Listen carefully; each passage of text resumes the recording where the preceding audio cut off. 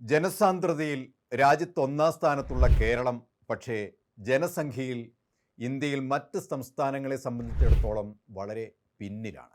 അതുകൊണ്ട് തന്നെ പലപ്പോഴും വിവിധ തലത്തിലുള്ള തെരഞ്ഞെടുപ്പുകളിൽ വിജയിക്കുന്ന വ്യക്തിയുടെ ഭൂരിപക്ഷം വളരെ കുറവായിരിക്കും.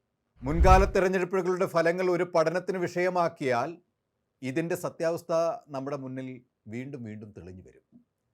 ഇതിൻ്റെ ഫലമായി അസംബ്ലി തെരഞ്ഞെടുപ്പുകൾ വളരെ വീറും വാശിയോടും കൂടിയാണ് കേരളത്തിൽ നടക്കാറുള്ളത്. ചുരുങ്ങിയ ഭൂരിപക്ഷത്തിലാണ് ഏതാണ്ട് 80% സീറ്റുകൾ നിശ്ചയിക്കപ്പെടാറുള്ളത്. ഒരു ഉദാഹരണം അവസാനമായി നടന്ന 2021 അസംബ്ലി തെരഞ്ഞെടുപ്പാണ്. ഗ്രൗണ്ട് സീറോയുടെ വീഡിയോകൾ സ്ഥിരമായി കാണുന്നവർ കഴിഞ്ഞ ദിവസം പറഞ്ഞതുപോലെ 2021 നമ്മളെയെല്ലാം അക്കൊല്ലം മെയ് 2 മുൾമുനയിൽ നിർത്തിയ 6 മണ്ഡലങ്ങളെക്കുറിച്ചുള്ള കഥ നിങ്ങൾ ഓർക്കുമല്ലോ. മഞ്ചേശ്വരം, കുറ്റ്യാടി, പെരിന്തൽമണ്ണ, താനൂർ, തൃശ്ശൂർ, തൃപ്പൂണിത്തറ എന്നീ 6 മണ്ഡലങ്ങളാണ് ആര് ജയിക്കും ആര് തോൽക്കും എന്ന ചോദ്യത്തിന് മുന്നിൽ ആകാംക്ഷാഭരിതരായി ഇരുത്തിയത്.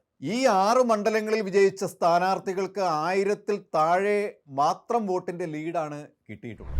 2026 UDF ഒരു കേവല വിജയം മാത്രമല്ല ജനം ഇന്ന് നോക്കിക്കാണുന്നത്. കോൺഗ്രസ് നേതൃത്വം നൽകുന്ന മുന്നണികൾക്ക് അനുകൂലമായ ഒരു തരംഗം തന്നെയാണ് ഇന്ന് ഒട്ടുമിക്ക കേന്ദ്രങ്ങളിലും പ്രതീക്ഷിക്കുന്നത്. മേൽപ്പറഞ്ഞ 6 സീറ്റുകളിൽ കഴിഞ്ഞ പ്രാവശ്യം LDF 3-ഉം UDF 3-ഉം എന്നായിരുന്നുവെങ്കിൽ അടുത്ത കൊല്ലം അവ 6-ഉം കോൺഗ്രസ് തൂത്തുവാരും എന്നാണ് ഇന്നത്തെ സ്ഥിതി നമ്മളെ പഠിപ്പിക്കുന്നത്. അതുതന്നെ UDFന് ഒരു മേൽക്കോയ്മ സ്ഥാപിക്കാനുള്ള സാഹചര്യം ഒരുക്കുമ്പോൾ നമുക്കിന്ന് മറ്റ് ചില മണ്ഡലങ്ങളുടെ സ്ഥിതി ഒന്ന് സൂക്ഷ്മമായി പരിശോധിക്കാം. ഇതുവഴി നമ്മൾ നോക്കിക്കാണുന്നത് LDF കഴിഞ്ഞ തവണ 5000 വോട്ടിന് താഴെ ഭൂരിപക്ഷത്തോടു കൂടി ജയിച്ച 17 മണ്ഡലങ്ങളാണ്. അവയിൽ മിക്കതും അടുത്ത കൊല്ലം UDFന് അനുകൂലമായി വോട്ട് ചെയ്യുമെന്നാണ് ഇന്നത്തെ നിലയിൽ നമുക്ക് കിട്ടുന്ന സൂചനകൾ. വടക്കു നിന്ന് തുടങ്ങിയാൽ UDF പിടിച്ചെടുക്കുന്ന ആദ്യത്തെ സീറ്റ് കണ്ണൂർ മണ്ഡലമായിരിക്കും.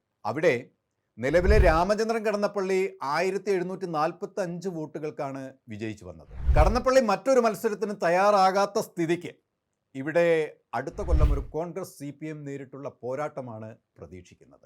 കണ്ണൂർ ജില്ലയിലെ പ്രാന്തപ്രദേശങ്ങൾ ഉൾപ്പെടുന്ന ഗ്രാമപ്രദേശങ്ങൾ പോലെയല്ല ടൗൺ ഏരിയയിലെ സ്ഥിതി. അവിടെ കോൺഗ്രസ് എന്നും ശക്തമായ ഒരു സാന്നിധ്യമായി കാലാകാലങ്ങളായി നിലനിൽക്കുന്നുണ്ട്. ഇപ്പോഴത്തെ സർക്കാരിനെതിരെയുള്ള ജനരോക്ഷം UDFന് അനുകൂലമാകും എന്നുള്ളതാണ് ഇപ്പോഴത്തെ കണക്കുകൂട്ടൽ. ഇതേ സ്ഥിതി തന്നെയാണ് മറ്റ് പല സീറ്റുകളിലും നിലനിൽക്കുന്നത്. ഇതിൽ നാദാപുരം, തിരുവമ്പാടി, തവന്നൂർ, തൃത്താല, കുന്നത്തുനാട്, പീരുമേട്, അടൂര്, റാന്നി, ചവറ, കുന്നത്തൂര്, കൊല്ലം, അരുവിക്കര എന്നിവ ഉൾപ്പെടും. ഇവയെല്ലാം കഴിഞ്ഞ തവണ LDF വിജയിച്ചത് വളരെ നിസ്സാരമായ ഭൂരിപക്ഷം കൊണ്ടാണ്. ഇതിന് പുറമെ വരും ആഴ്ചകളിൽ നടക്കുമെന്ന് പ്രതീക്ഷിക്കുന്ന നിലമ്പൂർ ഉപതെരഞ്ഞെടുപ്പിലും UDF അനുകൂല വിധിയാണ് നമ്മൾ പ്രതീക്ഷിക്കേണ്ടത്.